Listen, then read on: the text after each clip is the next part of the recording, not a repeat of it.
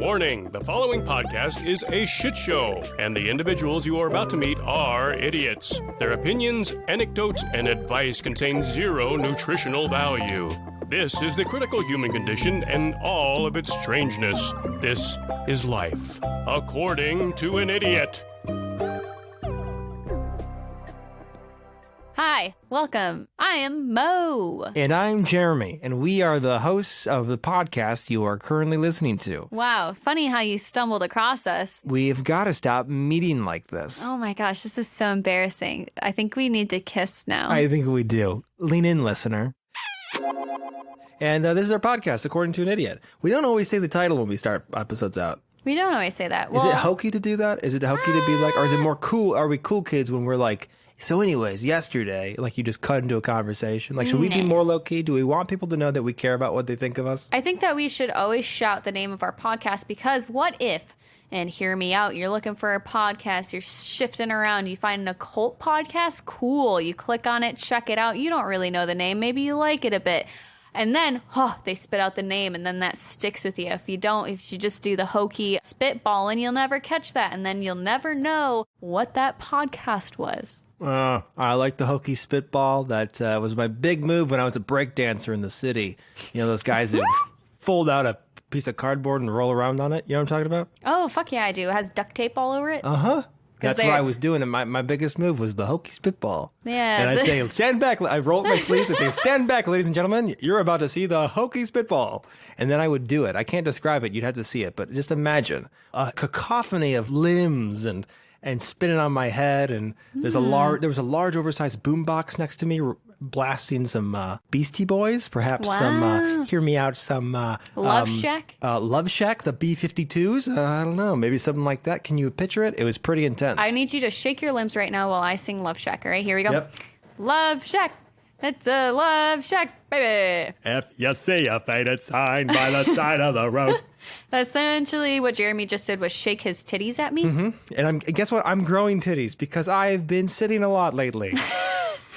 I'm not angry about That it. is the, I think, quarantine motto. Yes, it's the quarantine quadruple. I've quadrupled in size because of quarantine. Although we're not really in quarantine anymore for now. You can just attribute that to quarantine weight.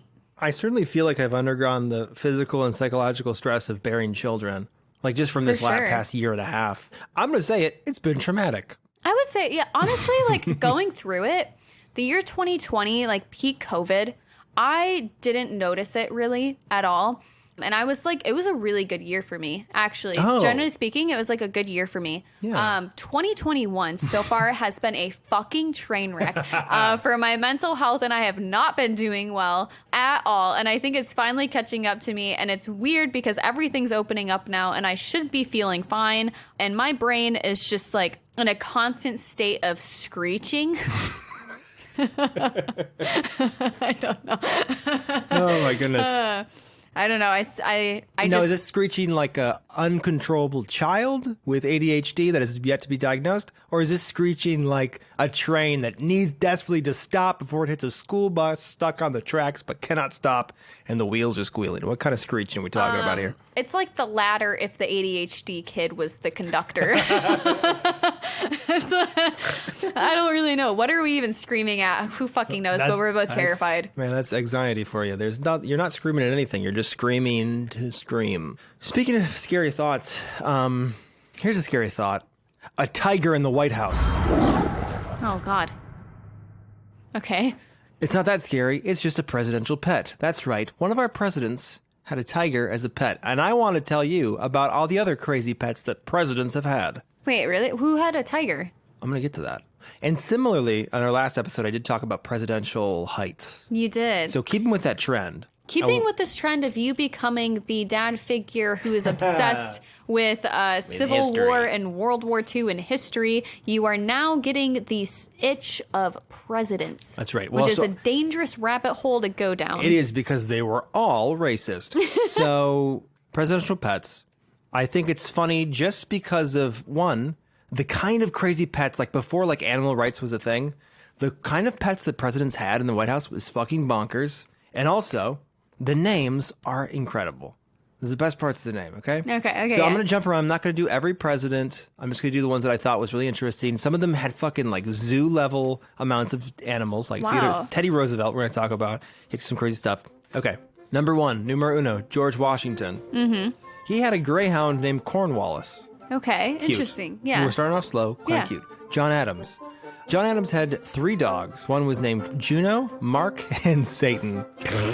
Thomas Jefferson. He had 2 horses named Caractacus and Young Fear Not. Young Which is Fear like, Not. if that's not a SoundCloud rapper name. So Caractacus the horse and Young Fear Not the horse. Caractacus. He also had several mockingbirds, his favorite of which was named Dick. John Quincy Adams. He had silkworms. Ew. He just had silkworms. That's okay. It's a choice. This is a decision. I mean, like, not you if that's the pet you choose to have, but like also why? And like, he shouldn't have been president. I'm sure. If you're that Yeah. mentally unwell, just Yeah. stay home. No, yeah, if Joe Biden was like, hey, I'm president, I'm bringing in a truckload of worms, I'd be like, okay, no, he's Nah. not fit to be president. No, Somebody like- audit this man's Right? brain. Andrew Jackson, very problematic figure in American history, had some pretty crazy pets. He had cock-fighting roosters, many horses, such as Lady Nashville, which is adorable, and a gray parrot that he taught curse words to. You've probably heard the story, but that bird specifically actually had to be removed from his funeral because it was cursing so much. Oh, really? Yeah. So Martin Van Buren, he's the one who had 2 tiger cubs gifted to him by a sultan. Wow. Yeah, so later, though, Congress forced him to give up the tigers to a zoo because they're like, this is so dangerous.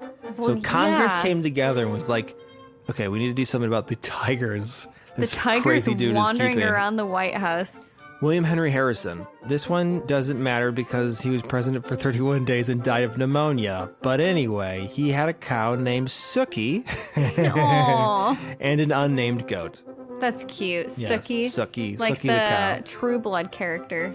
So, John Tyler, he had a horse named the General and a canary named Johnny Tie. Aw, I like that. Johnny Tie. James Polk had no pets. Just wanted to call him out on that. Gross. Abe Lincoln, he had the dogs Jip and Fido. That's the reason why Fido became like a generic dog name. Lincoln had a dog named Fido. Aw. A horse named Old Bob, 2 favorite cats named Tabby and Dixie, the first recorded presidential cats in history. On Dixie, Lincoln said, quote, she's smarter than my whole cabinet. He took in many stray cats during his presidency as well. He had a rabbit, 2 goats, Jack the turkey, who was meant for a Christmas dinner, but Lincoln's son begged him to keep it as a pet. Andrew Johnson, who became president unexpectedly after Lincoln's assassination. Johnson was one of the few presidents, besides Polk, to officially have no pets during his presidency. And the only president after Johnson to have no pets was Donald Trump, who occupied the office 147 years after that. Also, weird connection is both had no pets and both were impeached. Wow. That was interesting. Interesting. It's like maybe like you gotta have at least silkworms. However, according to presidentialpetmuseum.com, where I got a lot of this information from, shout out to presidentialpetmuseum.com, during Johnson's impeachment, Johnson befriended a family of white mice living in his bedroom. Okay. Yeah. So I picture like a little What is he, Tom like and Cinderella? yeah, picture like a little Tom and Jerry hole, like where the mouse would come out of in the wall. So there's this family of white mice, and having owned private businesses at the time, such as a flour and grain mill, Johnson used flour and grains to feed the mice and leave out water for them, gradually gaining their trust. Aw. He even took to calling them his, quote, little fellows. Oh, that's actually so cute. Yeah, I imagine somebody who's like, this was during his impeachment, so he's probably like sad and probably like Yeah. embarrassed and locked in his room like a teenager. Right. And he kind of learned to love animals that way. Flip side, while this was going on, Johnson's daughter was on a desperate mission to eradicate the White House's rodent infestation. So while she was setting out poison and mice traps across the house to conquer these rodents, her dad, the president, was like a few floors upstairs doting on them and like nurturing Yeah. them. I think that's This funny. feels like a Disney movie waiting to happen. Yeah, well, so the thing with Andrew Johnson is pretty much this was honestly the only redeeming quality I've ever read about him. He was a really terrible president. Theodore Roosevelt, this dude, this is a disgusting amount of animals. You can only imagine what the White House smelled like. He had guinea pigs, such as Dr. Johnson and Fighting Bob Evans, a barn owl, a one-legged rooster, ponies, such as Fidelity. That's just a name I thought was good. Baron Spreckle the hen, Wow, that was a good one. Bill the lizard, Eli Yale the macaw, dogs named Blackjack, Jem, Susan, Jack, Peter. Oh, no, I'm sorry, Jack Peter is one name. Manchu, Pete, Rolo, Skip, and Sailor Boy. He had cats like Tom Quartz and Slippers, Emily Spinach, the gardener snake, Jonathan Edwards, a small black bear. A black bear? A black bear, yeah. Jonathan the rat, Josiah the badger, Peter Rabbit the rabbit, who was given a state funeral when it passed, Maud the pig, and Bill the hyena. Hyena? Yeah. Holy fuck. So last on this list, because after a while I just gave up because these are too many animals to whatever. Calvin Coolidge. He had 2 raccoons named Rebecca and her companion Reuben. Okay, that's fucking adorable, though. I've always wanted a raccoon. I'm not even gonna lie. A songbird named Do Funny, which is cute, and a goose named Enoch. That's my fucking dream life right there. 2 raccoons. One's named Reuben. Rebecca and Reuben. And then a They're goose. lovers. And also, what was the Do Funny? I like that. I love that name. A songbird named Do Funny. That's cute. Think of how powerful you would be if you had a goose for a pet. Because geese generally are fucking assholes. That's and true. if you can befriend one and it's chill around you and it's an asshole to everyone else, no one will fuck with you. That's what you want when you're the president. You want foreign dignitaries to be afraid of you when they meet you. Like, okay, he's got a goose on his side. Right. Also, perhaps with Calvin Coolidge, I don't know the man, obviously, and he's been dead for almost 100 years. But I think if you're able to befriend a goose, that shows that you have a quality that most men do not possess. Mm-hmm. You know, if you could befriend a goose, you could befriend anybody. I think that's probably true. And also, it's just making me want to be president so that I can have some fucking ridiculous pet that one day someone reads off a list of. And Some fucking high aspirations. right. I would level your expectations a little bit. Are you saying that I can't be president because I was born a female? No, I'm saying you couldn't be president because, frankly, I don't think the country would like you. Probably not. No, the country would like you. They're like non-binary. Ew. Ew, gross. What does that mean? You're mentally unwell. Go away. Yeah. Hobbies include podcasting. No. Hobbies include podcasting and doing TikTok dances. Yeah. Can you imagine? She can floss really good, like the dance, not the teeth. You take care of your teeth? I think you do. I sure do. I floss every day. Wow. That's like how I know that I'm an adult now. I already have terrible teeth, just because my genes are terrible, and I come from migrant workers. Oh, fuck. The blood is naturally lacking the nutrients it needs. You know, we're riddled with things. Scabs. Our bones grow in crooked.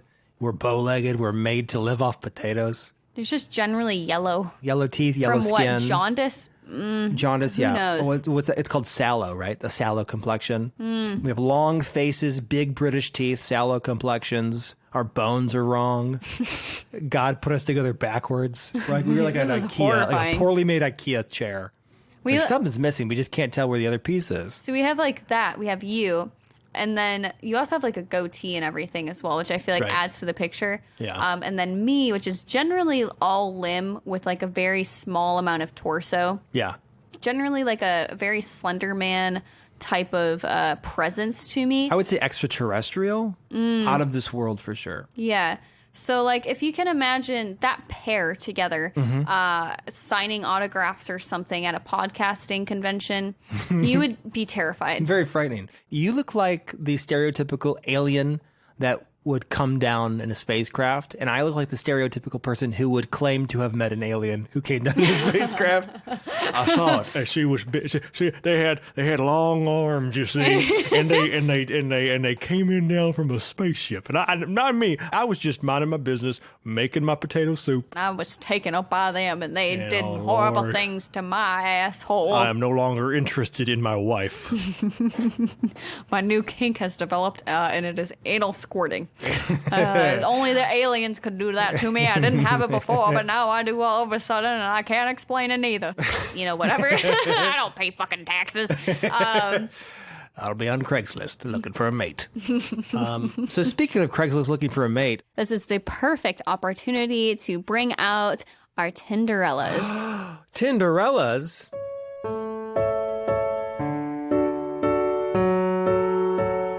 Cinderella? Would you mind if I spread Nutella on her butt and ate it? Do you think I could support myself? Put that foot away. I want to see if I can support myself. Also, I'm developing an aversion to feet. I don't know what it is, but the more I I see don't like feet, it that the you're more- saying that while looking at my feet. Yeah, we'll probably cut this out, but just for the listeners at home, Mo, we do this podcast at a small table in my basement. So that's the setting right there. And Mo took her socks off. Were they always off? I don't want to see your feet again, goddamn. So she's across from this table.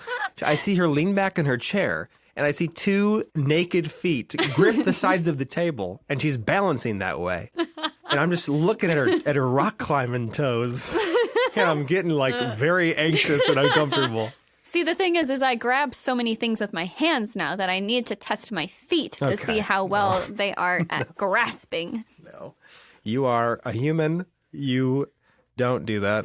We don't do that here, okay?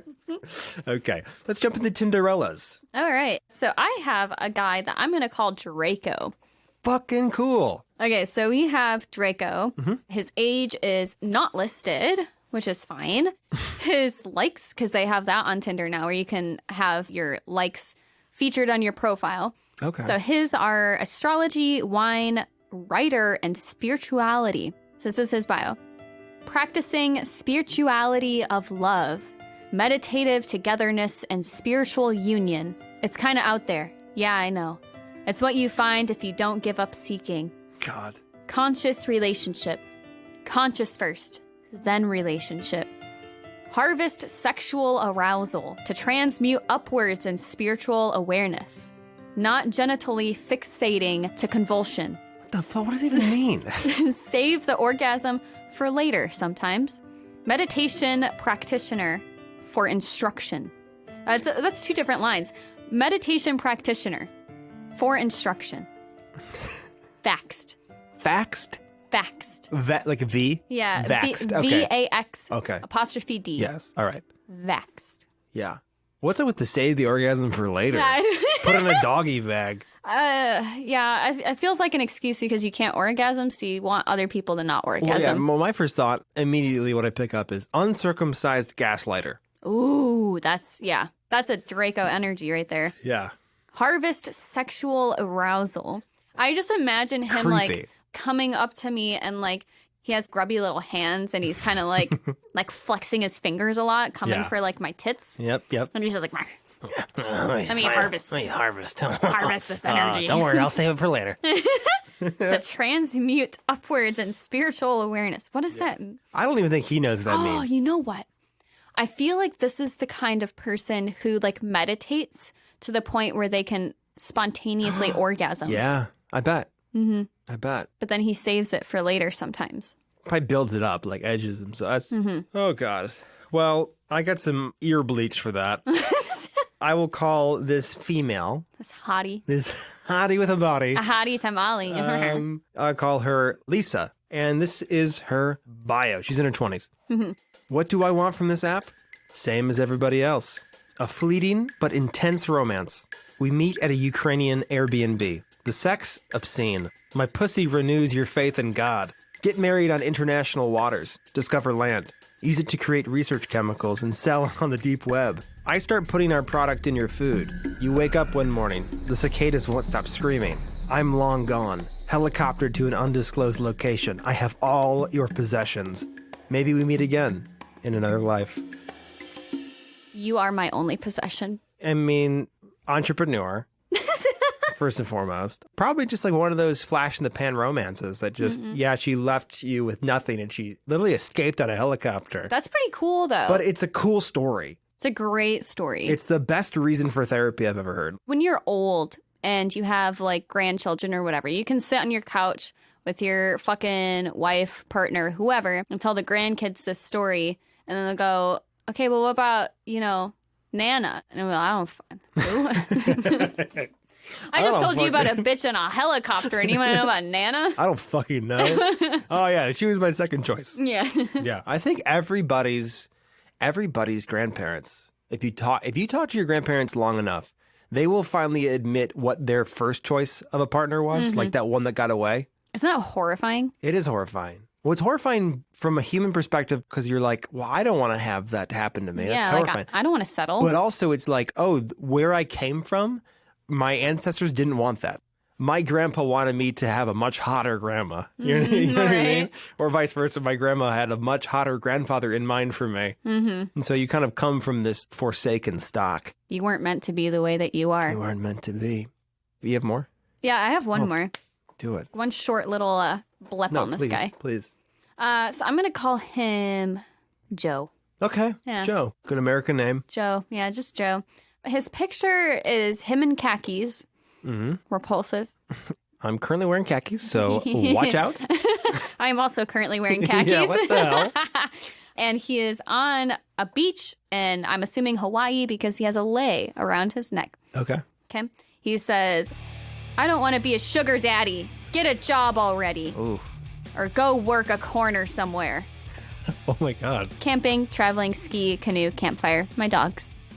That was it? Yeah. That is so aggressive. The first part, two totally different. There's a normal bio in there somewhere, and it's the dogs, whatever the fuck he said at the end. The first part is very accusatory and very much reprimanding. Can you read that again? I don't want to be a sugar daddy. Of course. Get a job already. Or go work a corner somewhere. Or go work a corner like, somewhere. What the fuck even is that? So many of these profiles, I usually change my Tinder preferences to be males who are 40 plus because those tend to be the most just interesting. The haunted grounds of Tinder in general. Like this one, I'll just read a little blurb. This is beginning to become pointless. I'm pretty sure that there are no real people here. Only girls who want you to buy their premium. And it's just that idea recycled over and over, and they're just yelling into a void of like, stop. Hey. Yeah. I don't want your nudes. But also I do. But I don't want to pay for them. But I want to also use you as an emotional sponge. Don't be a whore, but be a whore when I want you to be a whore. Yeah. Don't be a whore, be an object. Yeah. Such a nightmare. Speaking of nightmares. Oh my gosh, Jeremy, what episode are we doing this time? This time, the episode we're doing this time is the dream episode this time. Sharing their curiosity to know the unknown, their tension, their readiness for inconceivable adventure. Is it human or inhuman? Earthly or unearthly? Have you ever had a dream that you do Nightmare. When you sleep, you dream, but the dream happens to you. You think involuntarily. That means that something is thinking in you. Unbelievable? Fantastic? But I tell you, it could happen.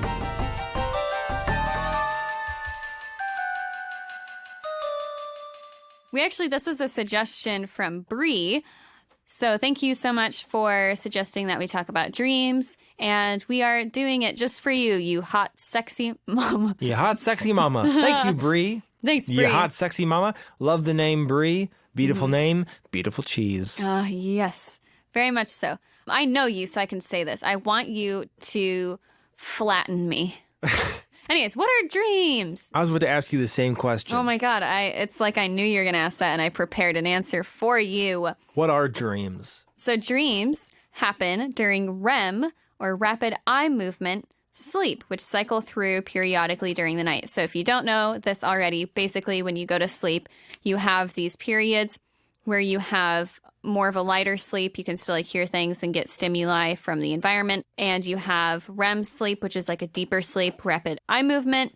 And then you have real fucking deep sleep where you don't move and your brain tells your body to shut down. Yeah. So you don't move during a really deep sleep so that you don't kill yourself accidentally. But when you're in a lighter sleep, you can move around and you can shift around and still be in your dream state. That's so nice of the body to do that. Right. Isn't it cool that it won't let us kill ourselves, but then we also have sleepwalking, so we can also kill ourselves? I've just recently developed sleep apnea. So if I sleep on my back, I die. My Did body you really? Yeah, no. Did you really die? I did. Yeah. Well, I mean, Did you really? I didn't know you could just. Well, I guess I knew. So you what could. happens is if you have a smaller airway, which I guess I have, you sleep on your back and your big fat tongue blocks your airway, falls back in there, and then you start going, and because you're dying, and then you wake up very alert. and frightened, but also groggy. And it's really awesome. I love it. It makes my sleep that much worse. I feel like I just got the visual of a dog who farts themselves awake. That's like what I imagine. It's the same energy. That's like for It's you. the same energy as that. You're scared. Yeah, because you're looking for who hurt you, but it was you. Oh my, is that your scared noise? I don't like that. Are we anime characters again? Yeah. What? Oh. It's a slow zoom in on my face. This makes you so uncomfortable. Anime sound. Anyways, let's get back on track with dreams. So anyways, brain waves are almost as active during REM cycles as they are when you're awake. Wow. So this is indicative of dreams. Woo. Oh man, are we living a dream? Yeah, I'm living the dream. Probably, yeah. So it's believed that the brainstem generates REM sleep and the forebrain generates the dreams. Forebrain, like your forehead? It's exactly right, actually. Wouldn't you know? Your forehead is part of your brain. Yep. So the reason they believe this is because when the brainstem is injured, patients dream, but they don't go into REM sleep. And if your forebrain is injured, patients will go into REM sleep, but they won't dream. Some physical things that happen when you are asleep and dreaming is you lose muscle tone, so you don't act out during your dreams and hurt yourself. Like I said before, you basically just become paralyzed. Yeah. You can't regulate your temperature, which is interesting. I knew that with surgery. They put you to sleep, then they have to like warm you up because you'll just get too cold and die otherwise because you can't regulate your temperature. That's why they have like the extra nurses there so that they can breathe on you. Yeah, they go, Like breathe on your hands, on your arms. like the anime people. They, It's good ASMR. God, such good ASMR. So your breathing and heart rate also become irregular, which I think is interesting, and your pupils are able to constrict. So really like your body's just going full, You're like having a seizure, but you can't move. man, that's awesome. That's not accurate scientifically at all, but that's Wow, what I sleep imagine is. happens. Yeah. So why are your dreams bizarre? So acetylcholine maintains brain activation more prominently during REM sleep. That was a lot of science. In English, doc. Brain juice Yum. goes burnt, burnt, and then your brain likes it a lot during REM sleep. It's like, fuck yeah, give me more of that. And it does. That was very bad. Your brain juice goes burr, burr, and you're like, wow, that's good. Someone's listening to this, taking notes like, wow, damn, okay. Acetylcholine, yes, the burp brain juice. I see a Colleen. That's acetylcholine. You're swiping through Tinder and you see a Colleen. I see a Colleen. Remember that? That was a horrible pun. Well, no, it's less of a pun, more of like a learning mechanism. There you go. Yeah. So acetylcholine, I see a Colleen. acetylcholine, Where?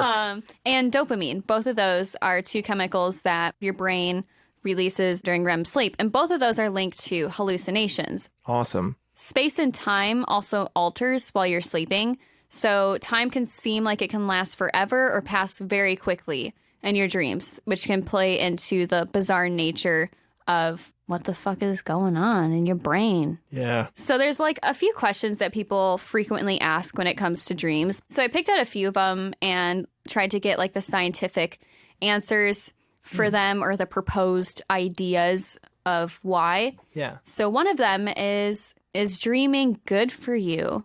No. Which I think is an interesting question. So the main theory is that it helps us consolidate and analyze our memories. So like whatever happens during the day when you're sleeping, basically your brain like decides what to keep or throw away, really retain the skills of things that you did during the day. And it helps with priming, our ability to respond in a certain way. So like your brain helps you. It's like training. Yeah, it's like training. Like it's just getting you ready. Yeah, it's like when Rocky was punching meat in that meat locker. He's getting ready for the big fight. Your brain's like, we got to train while Right. you're in coma mode, essentially. Yeah, that's a good Simulations. way of explaining it. Yeah, so you kind of already have an idea or response in mind for specific things. Yeah. Or like conversations, or because dreams usually tend to revolve around more daily activities. And then you have like some bizarre ones, but usually it's tied to something that happened during your day or something that would happen. So that's one proposed theory. It's not set in stone by any means. Some experts disagree. Another one is, do dreams mean anything?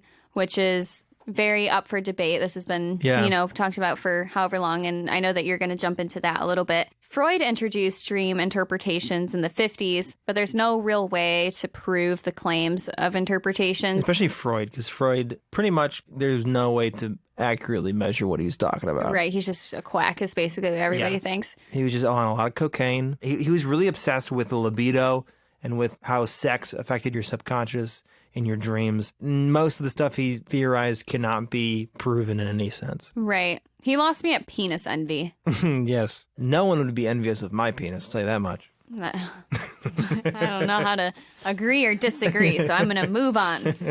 So interpreting why we have nightmares or reasons behind nightmares are a little bit divided. Interesting fact is people with PTSD are more likely to experience nightmares because when you have like more traumatic experiences, you're more likely to have them. But regular people also have nightmares. Through some degree, I think everyone has anxiety and worries about things. PTSD seems to be very much anxiety-based and trauma-based. And if you're thinking about this thing a lot, that's what your brain's going to prime you on. Because you're probably also subconsciously wanting to work through it in some way. Sure, right. So your brain's like, hey, we need to fucking sort this out. Can we sort this out here maybe? Nope, you didn't like that at all. Okay, well, maybe tomorrow we'll try again. Right. So how are dreams created is a big question. In heaven, God and the angels got a big barrel of dream soup and they make it together. Disgusting. It's really cute. I imagine it's like Lucky Charms. Okay, no. That's Maybe. what dreams are like, Lucky Charms. Yeah. Even with the little leprechaun. There you go. Some studies suggest that they come from your imagination rather than your perception of the world. I mean, obviously, you can't really prove it one way or another. But the reason they say this is because people with AAD, auto activation disorder, have a brain injury to the basal ganglia, which makes them unable to think, which is so bizarre. So the cognitive abilities and memory is intact, but they cannot think. They have to be told to do something in order to do it. They cannot decide to do it on their own. Holy shit. That's insane. They literally don't have the ability to think. I can't even conceptualize that in my mind. You know what I mean? I know. Reading this, it was like How do you not think? Because you're thinking as you're thinking about it. You have to be told, okay, use the restroom. It's like a sim. When you take off free will in the game, we talk about sims all the time. You just tell the sim where to go. And when they're not doing anything, they're just standing there staring at a wall. That's scary. It's so bizarre. They did a study with people with this brain injury and disorder, and they asked them what they're thinking. And they always say nothing, obviously, because they can't think.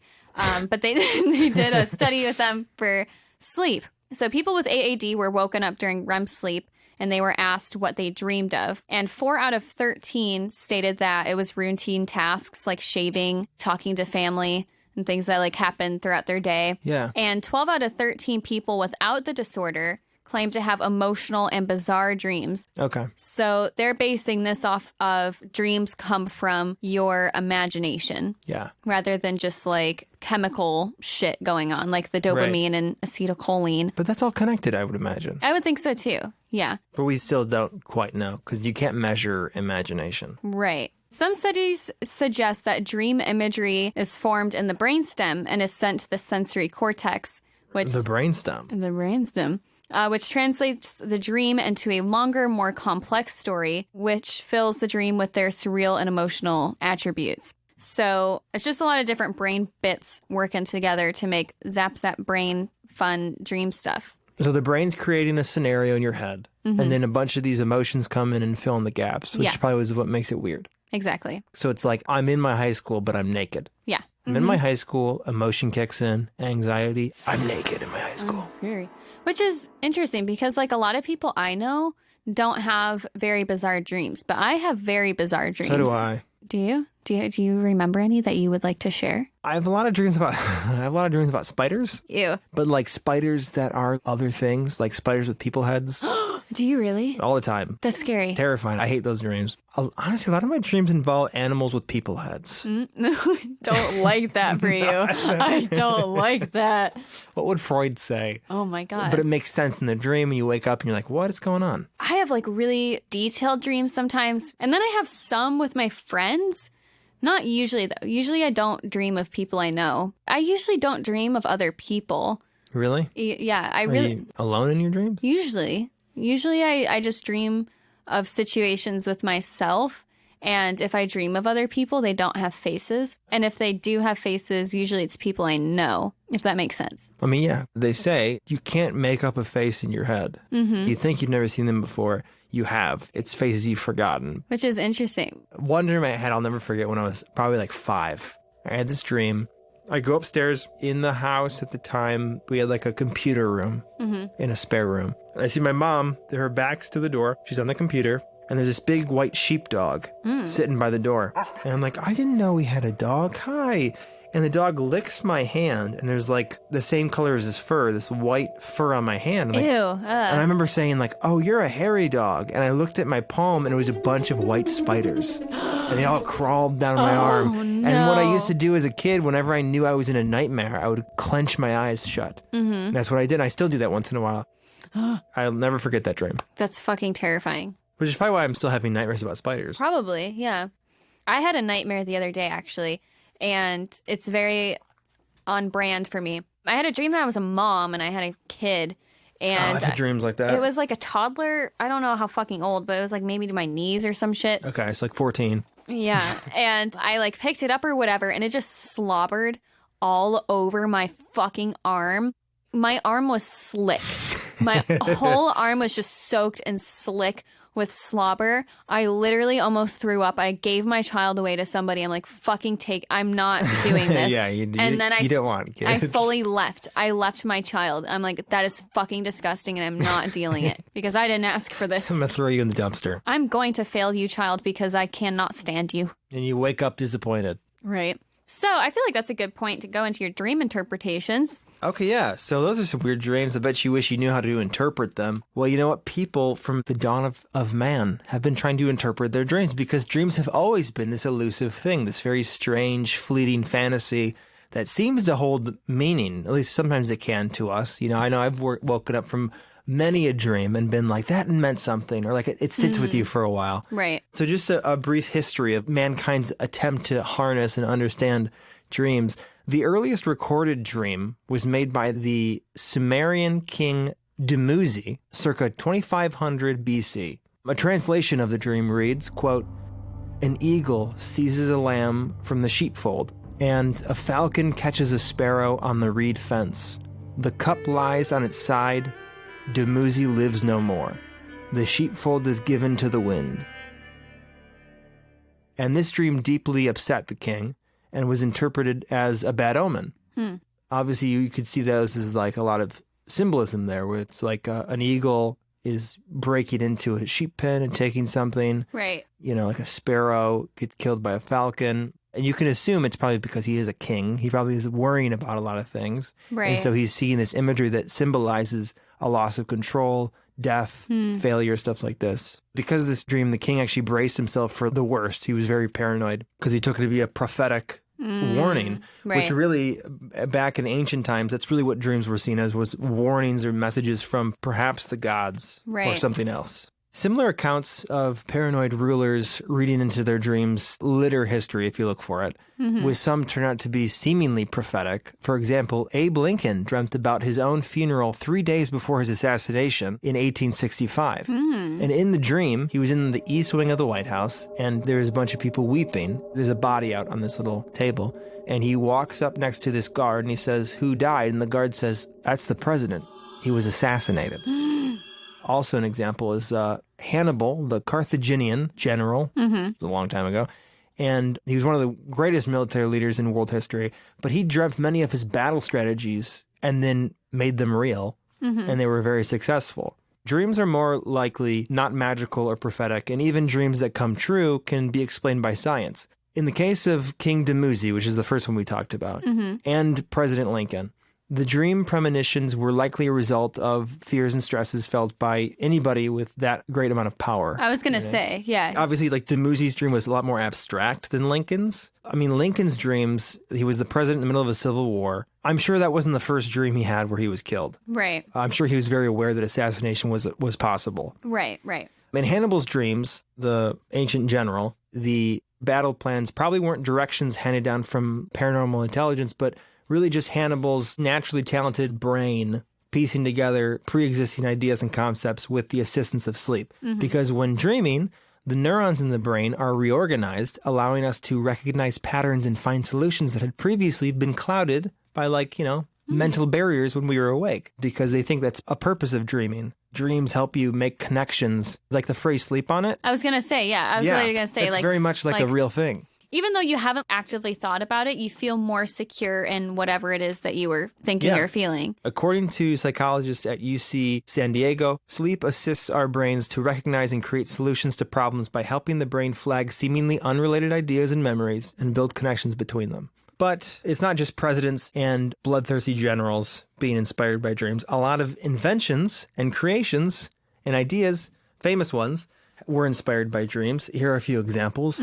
Google's founder, Larry Page, was largely inspired by a dream during the development of the search engine.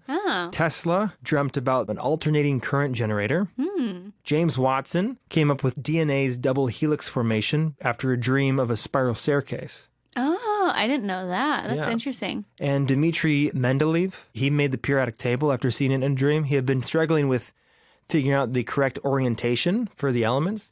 He had a dream where he saw them arrange themselves on a table, and then he woke up and he wrote down as much as he could remember. He only made a few corrections. Most of what he saw in his dream he kept, and it was what we have today. That's so interesting. I never knew that. Isn't that weird? Yeah. I like how it's a lot of scientists and things, too. Yeah. Because I imagine also probably... Because they're thinking all day. Right. A lot of their time probably goes into trying to figure these things out. So it's natural that their brain... Their unconscious is still thinking while they're still asleep. thinking about it and trying to figure out those puzzles. And it's so interesting that their brain can actually solve some of the problems without them even knowing. What's crazy too, okay, so Rene Descartes, he came up with the scientific method after a series of hallucination dreams. Whoa. So this is taken from historian George Macari.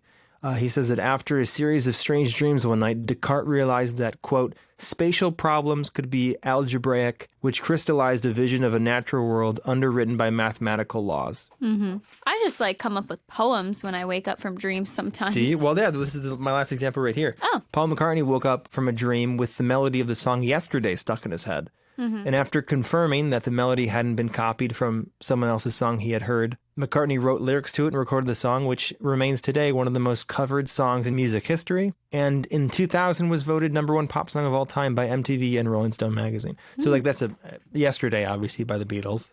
Massive song. Everybody knows that. Yesterday. And he just woke up with it in his head and he couldn't stop thinking about it. There's actually this idea that dreams may be a function of memory making.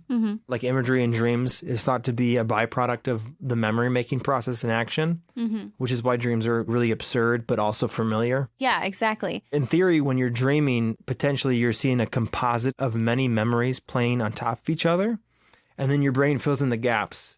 So this was a fun fact for you. Biologist Daniel Margolish and his lab at the University of Chicago have examined the brain activity of sleeping zebra finches and found that their brain neurons fire in the same pattern as when they sing during a wake. So maybe when birds dream, they're practicing their singing. That is so cute. Isn't that cute? I love that. Aw, what a fun fact. So even today, people interpret dreams to be intrinsically valuable or meaningful. For example, a social psychological study showed that people would be more likely to cancel a trip involving air travel if they had a dream the previous night involving their plane crashing. That would be more likely than if the Department of Homeland Security issued a federal warning. They'd be more likely to cancel a trip if they had a bad dream versus if Homeland Security had issued a warning. Isn't that crazy? Okay. Yeah. Okay. Would you? No. Again, this is the same person who has dreams about spiders with human heads, so I don't take my dreams very seriously. Okay. However, on average, people will typically find dreams that confirm their own waking beliefs, and they'll find those dreams more meaningful than dreams that contradict waking beliefs, and that's because of this thing called motivated reasoning. So you'll look at a dream, you'll kind of cherry pick and say well, if you don't trust your partner and you have a dream that they cheated on you, you're going to be like, I think they're cheating on me, because that mystical quality to dreams that make it feel, it's a whole different experience. Like it's a secret. Yeah. It feels like the universe is telling you a secret. Exactly, which is why people since always have thought there's something to it. Through the ages, let's start in Mesopotamia, Evidence of dream interpretation left behind by ancient Sumerians dates as far back as 3100 BC. Mesopotamian kings saw dreams as forms of divination, which we kind of talked about before in our fortune-telling episode. Right. This idea of messages from the god, that's what divination is. Yeah. And so they would actually hire like shamans and stuff to read into their dreams and tell them what to do. Can you imagine having that much power? Because that has to be such a powerful position. That was a huge issue too throughout history, because it's like this blind trust, because they say, well, you have this gift, you can read my dreams. What do they mean? And so they have like political sway. They'd be like, oh, you need to, build this temple. You need to do this. You need to do that. So really you become half an emperor. And there were temples built because of dreams. Mesopotamians also saw dreams as a means of seeing other worlds. It was thought that part of the soul left the body during sleep and literally traveled to locations that you see in your dreams. Kind of like astral projection. Ooh, I found a really interesting method to astral project. Did I send that to you? No. There is a video that I found on TikTok. It shows an album, and you're supposed to like lay in a room and turn off all the lights and put in headphones and just listen to this album all the way through, and it will induce astral projecting. Maybe you did. It was like that witch music Kind of. made by witches. Yeah. It was like made by witches, and it's like literally a spell. Yeah, you sent that to me, and I was I started listening to it, then I got too scared. I didn't listen to it. I don't know if I want to astral project. I don't. That seems very scary. Well, have you seen the movie Insidious? Yeah. Remember the whole plot of that movie is this kid can astral project, but while you leave your body, other things can get in. Right. It's like leaving your car unlocked. Right. I That's forgot about that's that. one of my favorite. I'm scared now. So am I. Okay. We're two adults getting scared over nothing. But yeah, like that was one of my favorite horror movies, Insidious. It's very Love good. It. Yeah. Very good. Very spooky. Oh my God. Do people do that for fun? Isn't it bizarre? I wonder if it works or if they just convince themselves it works. Yeah, I don't know. I want to try it, but also I'm scared. Something to it. So astral projection, who knows? The scientist in me really fucking wants to try it. I don't know if my astral body's strong enough to project. I don't know. I kind of want to try it, but I'm scared. I need to go to like a few Take Back Your Life seminars before I'm ready for that. If someone Venmos me $200, I will astral project. There's just a plus for both. You're getting $200 and you're also... I'm scared, though. I'm it's scared. Okay, but it's also probably not real. So It might not be, but if you are scared to do it yourself and you want someone else to do it, Venmo me $200 and I'll astral project. Okay. My Venmo is @MoChristine. this is not us fishing for money. Don't give her money. Don't give her money, actually. I just feel like I need motivation to do this because I'm too scared to do it on my own. We all need motivation So in the form of $200. So if I get external motivation, I That's will scary. do it. What if you come back and you're not you? Oh my Something else has God. taken your place. Don't say that. What and if that happened? And you're just screaming from the ether, Jeremy, stop doing the podcast. That's not me. What if I came back and I was totally different? What would you do? What could I do? Nothing. Force me to astral project so maybe the real me can get in my body again. But that whatever gets inside of you is not going to want to get out. God, that's so scary. I'm not going to be able to convince it. Like, hey, creepy ancient spirit who finally has a vessel. Can you get out of this vessel? So just wrapping up here, ancient Egyptian priests acted as dream interpreters, and we found hieroglyphics that depict individuals' dreams. Also, in ancient Greece, there was these healing temples called Asclepions. Asclepietions. That didn't help. I know, too many vowels. So these Asclepions were used to house and cure the sick via dream incubation, which was a theory that was practiced by many ancient cultures and involved individuals sleeping in a sacred area with the hope of receiving a divine dream or getting that sweet dream energy, magic, god dust, and like you'd be cured of your illness. Most Greek mystics believe that dreams contain hidden messages that could even tell the future. And now we're at the 20th century. This is where you see Freud come about with psychoanalysis. Freud theorized that dreams were messages from one's unconscious. With Freud's studies, the mind sort of entered the realm of science. And we still can't measure it, but Freud was like, well, hold on, let's analyze personality and your mind and your subconscious. Freud essentially said that we dream for a reason, and that's to deal unconsciously with what we are unable to deal with consciously. Which makes sense. Freud was inspired to study the mind and unconscious thoughts after the death of his own father, when he struggled with confusing thoughts and emotions and looked inward for answers. With his patients, as a psychiatrist, he analyzed their dreams and made connections between dreams, childhood memories, slips of tongue, like the Freudian slip. Mm-hmm. It's all about the unconscious. We got to figure out what your dreams mean to you. What is your brain trying to say through your dreams? Mm-hmm. And a mentee of Freud was this guy named Carl Gustav Jung. Mm-hmm. He was a Swiss psychiatrist. He eventually moved away from Freud's psychoanalysis and developed something called analytic psychology. Mm-hmm. I won't go into that at all, but kind of like Freud, but he went even more conceptual. He talked about not just psychology, but also like anthropology and culture and people as a whole.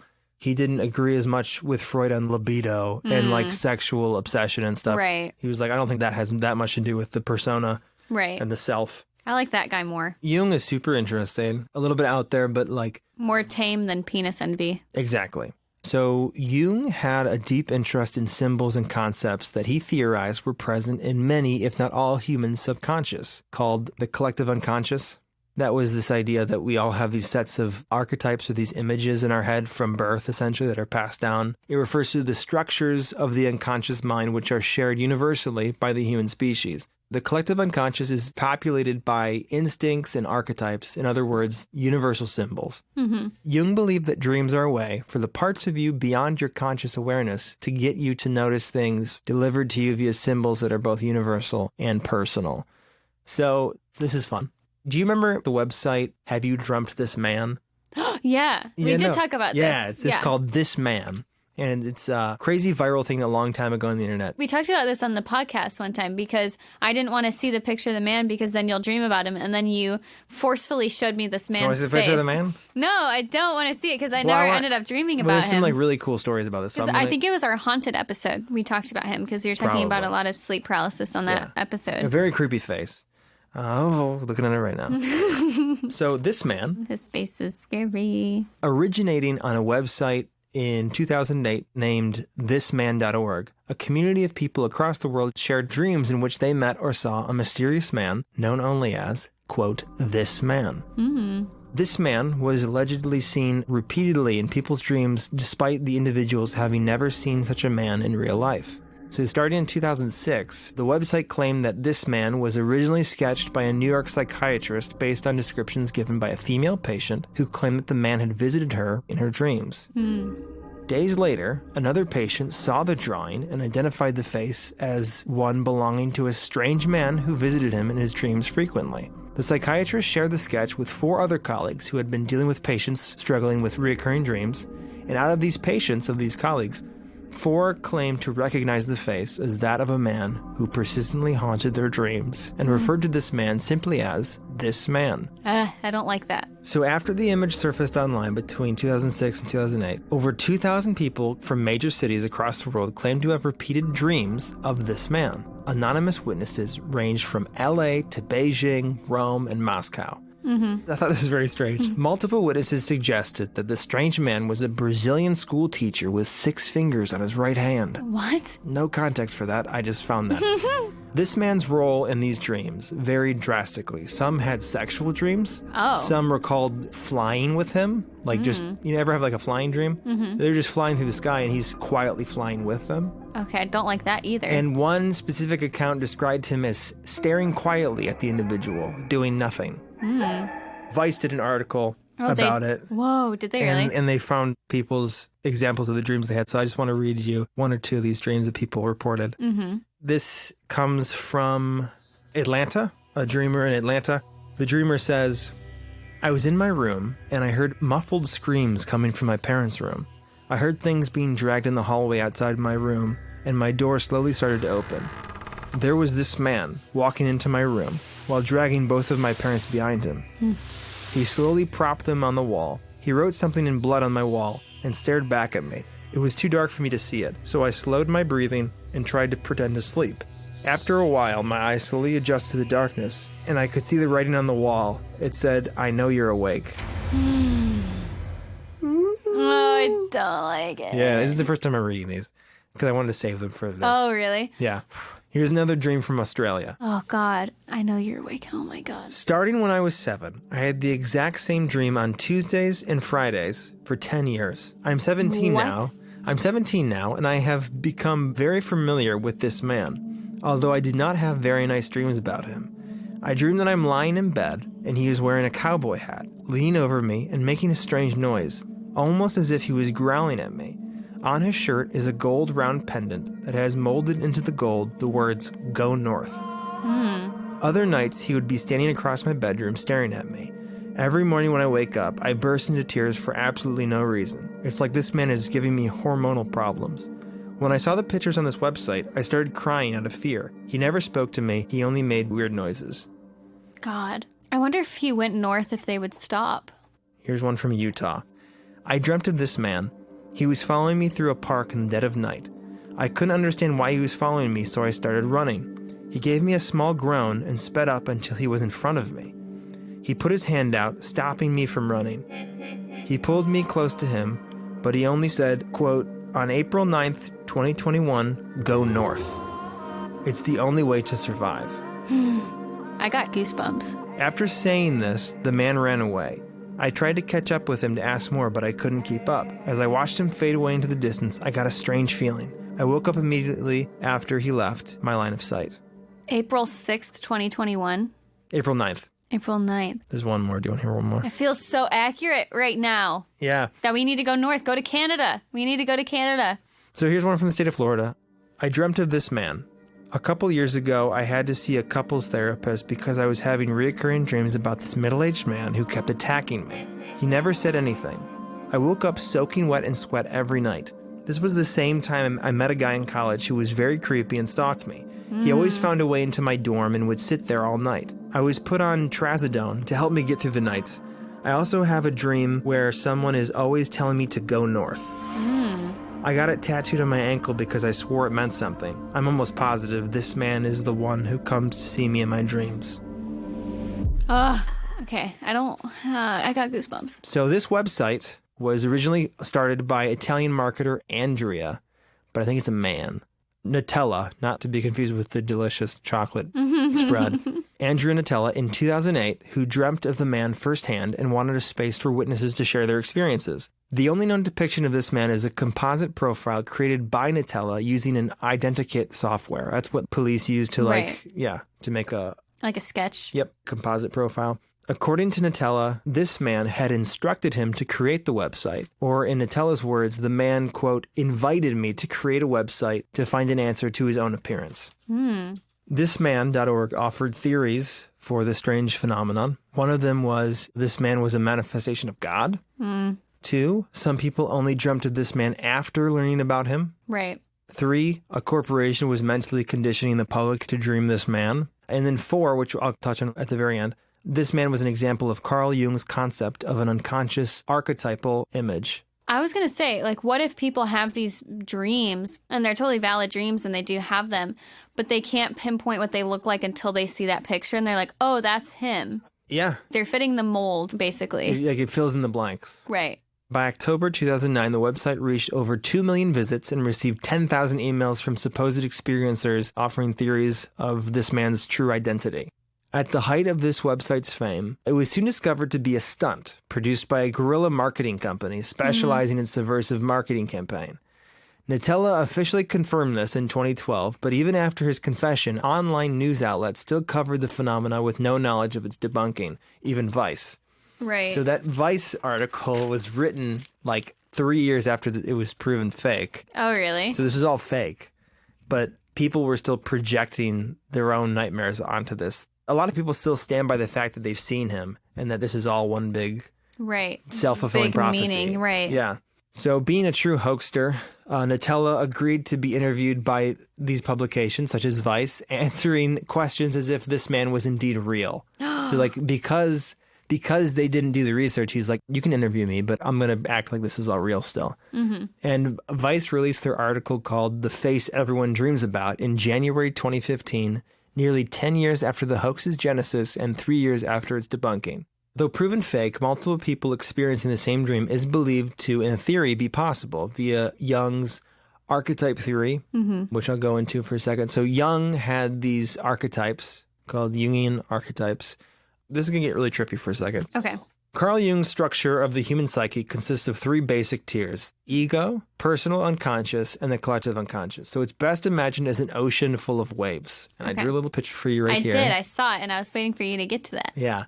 So an ocean full of waves, and each wave is a white cap. The ocean itself is the collective unconscious. It's like the psyche that we all share, and it's a realm of unconscious full of meaningful symbols and concepts we all relate to. And then each wave is us. It's our personal unconscious. So we each are interpreting the collective unconscious into our own lives in our own waves. And at the top, the white cap at the top is our ego. And that's who we are in the real world. That's like Okay. us awake walking around. Like tip of the iceberg. Right. We don't realize that we're drawing from this big sea of things. We don't realize that we're internalizing it. The ego is I, me, mine. It's what you're aware of. So an example, it might be confusing, but the collective unconscious is like Coca-Cola and Coca-Cola bottles. Interesting analogy. Yeah, so like there's many Coca-Cola bottles, and each bottle is its own individual thing. Oh, but But it's it's- all Coca-Cola. But it's all Coca-Cola. It's Okay. all it's identical yet separate. Albert Einstein once said, "The notion of separation is an illusion of consciousness," which kind of plays into this idea of Jung's idea. So here's some archetypes. So an archetype is a dynamic pattern of behavior in a living organism, in this case. Jung suggests that one's goal should be to understand these archetypes, recognize their manifestations in your own life, and then try to understand their unique meaning to you. And that'll help you become your true self. Jung argues that the images in our dreams are largely representations of our own unconscious. While dreams are unique to the dreamer's mind, some of the dream images are manifestations of these universal archetypes that symbolize unconscious attitudes that we may not be aware of when we're awake. Jung maintains that by identifying the archetypes in our own dreams, we can potentially learn more about our inner self. So here's the 4 main archetypes. You've got the self. Right. This is the unified psyche. This is your unconscious and conscious self. The shadow. This represents the deeper elements of our psyche that we often deny and project onto others. This may appear in your dreams as bad or frightening figures who threaten or betray you. The shadow is dark, mysterious, and wild. It's disturbing. In your dreams, encounters with the shadow often reveal our deepest thoughts and fears. It's the stuff that you really reflect on afterwards. This one was weird. It's the anima and animus. So an anima, not to be confused with an enema, an anima is the female image and soul of a male psyche, and the animus is the male image and soul of a female psyche. Okay. And so it's kind of bizarre, sort of like the feminine side of you and the male side of you. Okay. So for guys, your anima is going to be your mom, sort of like how you relate your mom to you, Okay. to yourself, how you are Like- part of your mom. And so that's how you attribute, those are the feminine qualities you attribute to yourself unconsciously. It's very trippy, and I honestly don't understand it all. And then the 4th one is the persona. And this is the way we present ourselves to the world, like the ego. It's like the social mask that we wear. The persona opposes the shadow. So that's man in a suit. And the shadow is man in a loincloth. Right. Okay. So I think in total there's like 12 main archetypes. I will mention a few that were just interesting and fun that I think we actually can all relate to. These Okay. are more deeper archetypes we project in our dreams. One is the old wise man or wise woman. Okay. This is an image representing wisdom and guidance, even power. It could also be representative of the collective unconscious, so this sort of ancient wisdom. Okay. The source of guidance and comfort. Right. Like leading you to the right path Right, or whatever. right. And then there's the Great Mother. Oh, I And don't like that. Yeah, the Great Mother appears as either a nurturer or a witch. Ooh. So the nurturer often appears in our dreams as our own mothers, and the witch brings destruction through domination or seduction. Oh, God, seduce me, witch. Yes. Come to my dreams and seduce me. Yeah, and so Jung suggests that our personal relationships with our mothers can have a profound effect on how this figure appears in our Oh, dreams. God, I'm definitely going to have a witch. And so one last one is the trickster. I dream of these guys a ton. A figure who conjures up trouble. Often Ooh. appears as a wise fool who acts as the catalyst of destruction while they themselves remain unscathed. The trickster often points out flaws in ourselves or a system, and the trickster inspires us to question but also may trick us into doing the wrong thing. The trickster may appear in a dream when we are uncertain about a decision that needs to be made or when we are feeling insecure and vulnerable. Jung believed that archetypes more often appeared in dreams during decisive ages in life. Yeah. He called these like big dreams or grand dreams. Yeah. And they can stick with us and be transformative, especially if we are able to identify their relevance and meaning. So next time you have a strange dream or an impactful dream, reevaluate the characters you see in this dream or interact with. So if you dream about your mother, your lover, your best friend, your boss, instead of taking these people at face value, consider that these familiar faces are actually just you in costume. That's so interesting to You know? think about. Yeah. So if you have a dream where you're getting yelled at a boss, well, no, think about it as you yelling at you. Why are you yelling at you? Why do you think you're worthy of being yelled at? Doesn't that kind of feel profound? God, what am I doing, me? Right. So these could be you, or at the very least, aspects of your inner self taking on a shape that you can recognize. It's your unconscious speaking for itself in a language you can understand. Whoa. Right?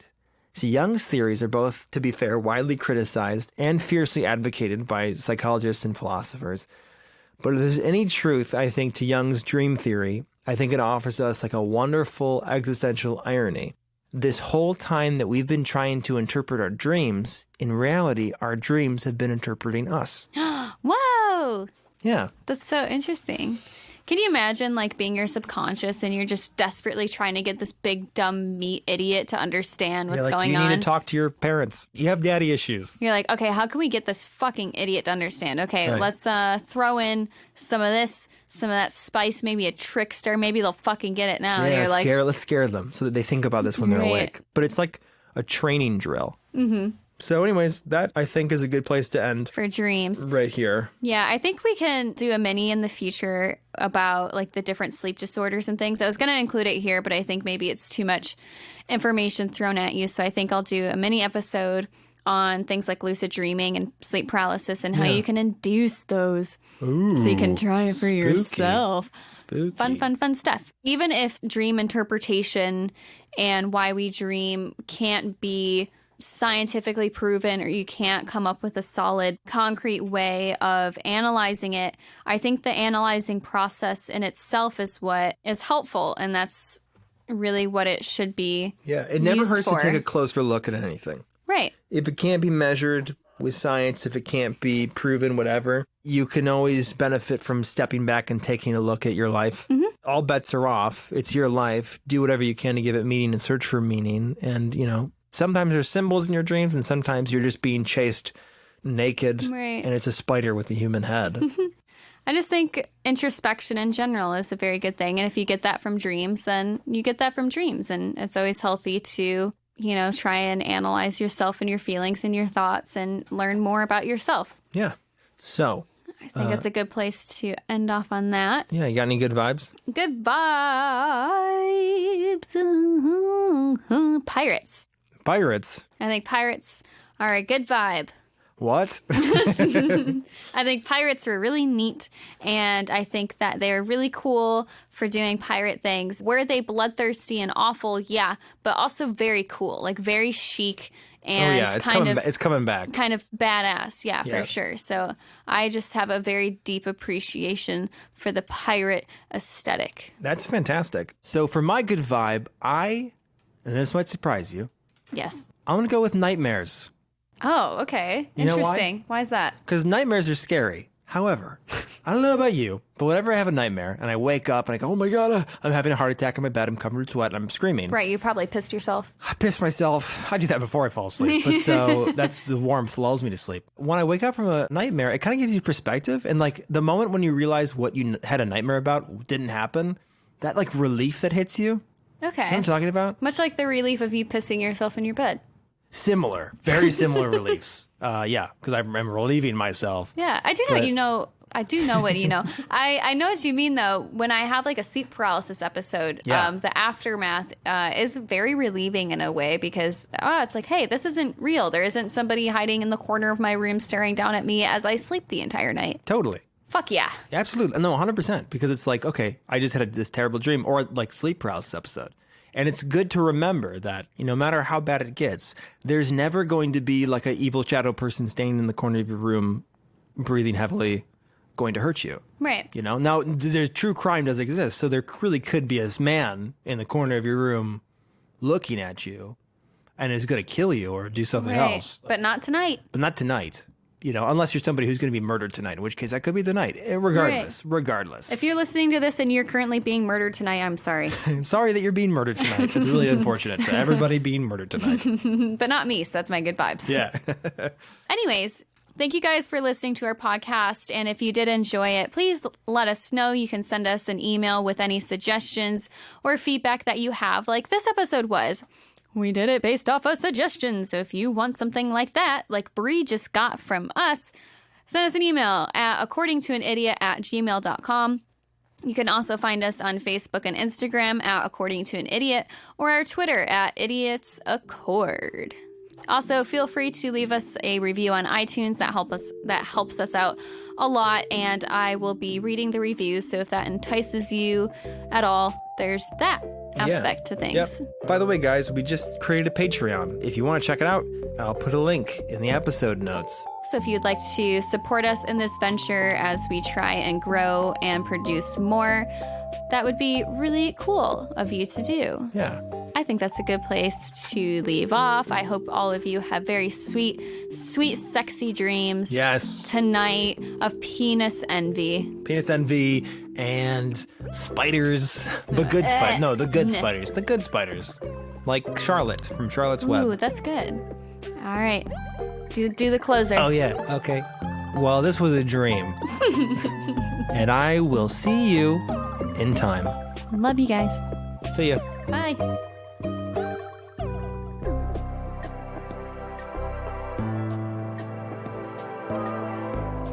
Furthermore, the fact that life is transient is part of its liveliness. The poets, in speaking of the transience of the world, always utter their best poetry. You know, our revels now are ended. These our actors, as I foretold you, are all spirits and are melted into air, into thin air. And like the baseless fabric of this vision, the cloud-capped towers, the gorgeous palaces, the solemn temples, the great earth itself, aye, all which it inherits shall dissolve. And like this insubstantial pageant faded, leave not a rack behind. We are such stuff as dreams are made of, and our little life is rounded with a sleep. And said so well, it doesn't seem so bad after all, does it?